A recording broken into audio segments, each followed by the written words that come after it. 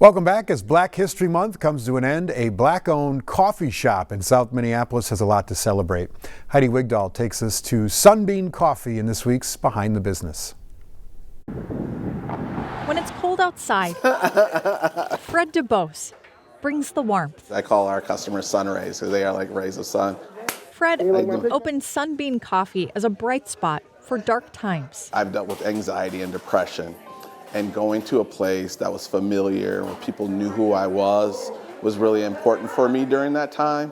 And that's something I really wanted to provide for other people. No matter what's going on, you're going to go into this place and you're going to be greeted warmly and sent out happier than when you came in. Fred is celebrating not only his birthday, but the coffee shop's second birthday. I was just really excited that we were able to open during Black History Month so we can celebrate the anniversary every Black History Month, because that's just really a cool little part for me. 5% of their profits year-round go to organizations supporting BIPOC mental health. Mental health is the stigma, and the BIPOC community with mental health is still something that needs to be addressed. The thing that I love the most about Sunbeam is the temperature check. Through my consulting firm, I've worked with Sunbeam to hold space after there are a lot of big feelings. That includes during Operation Metro Surge. All set there. Sunbeam has been helping those impacted by ICE. They serve as a drop-off site. Thank you so much. For gift cards that go to Haven Watch, a group helping people after they're released from the Whipple building. People are doing their own things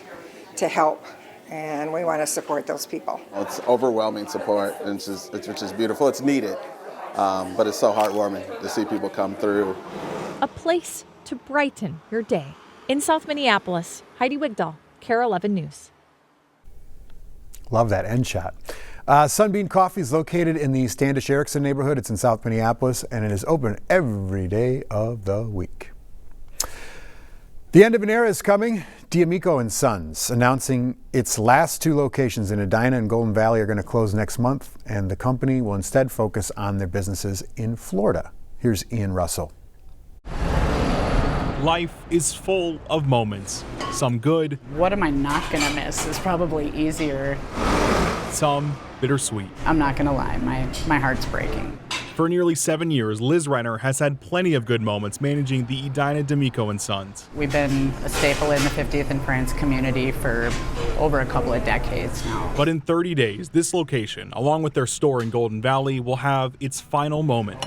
The relationships that have been built here, I foresee those relationships continuing. The bitter is, you gotta say goodbye, you know. D'Amico & Sons said in a statement that they won't renew the leases on these two properties, instead choosing to focus on restaurants in Florida. We're just sad to see them go, but we know 30 years is amazing in the restaurant industry. Rebecca Sorensen is the executive director of the 50th and France Business Association. We say goodbye to the things that have been here, had a great run, we're loved, and we hope that people will start finding new places to make memories. D'Amico & Sons closure is among several other changes to 50th and France. Sorensen says some leases were ending and others are trying new things. I'm hopeful that something great pops in there next and can have the same good fortune that D'Amico had. A business full of memories, now hoping something else fills this space soon. I don't think anything will ever be D'Amico & Sons. In Edina, Ian Russell, KARE 11 News. The brand is not leaving Minnesota entirely. D'Amico Hospitality, it's the company's catering operation, will remain here in the Twin Cities. Well, the sweetest success stories don't happen overnight, and in Robbinsdale, one small business is proving it actually might take a few. Megan McPherson has that story. The cooler they go. Good things. It's not as easy as 1, 2, 3. Take time. This morning it's filling day. And at Cocoa Flake, that couldn't be more true. The most popular flavor that we have is the salted caramel, which reminds you of a galaxy. Each bonbon is a labor of love. Our signature mold are the dome that we use for 90% of our chocolate. The molds hand-painted using colored cocoa butter. Then poured, filled with ganache, caramel, or fruit, capped with more chocolate, and left to set for a full 24 hours. 2 to 3 days, generally 3 days process to create these bonbons. Okay.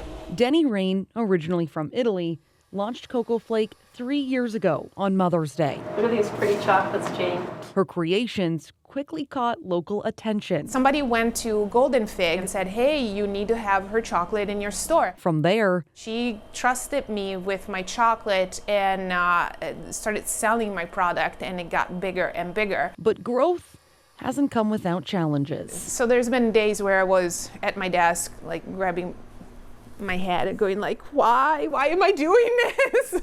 Now she's recovering from major shoulder surgery, stepping back but not slowing down with St. Patrick's Day and Easter just around the corner. I think that each holidays needs to have its own collection with different flavors, different experience. Here, good things don't just take time. Homemade marshmallow and key lime potato fruit, and then the pie crust. So it's basically having a bite out of a real key lime pie.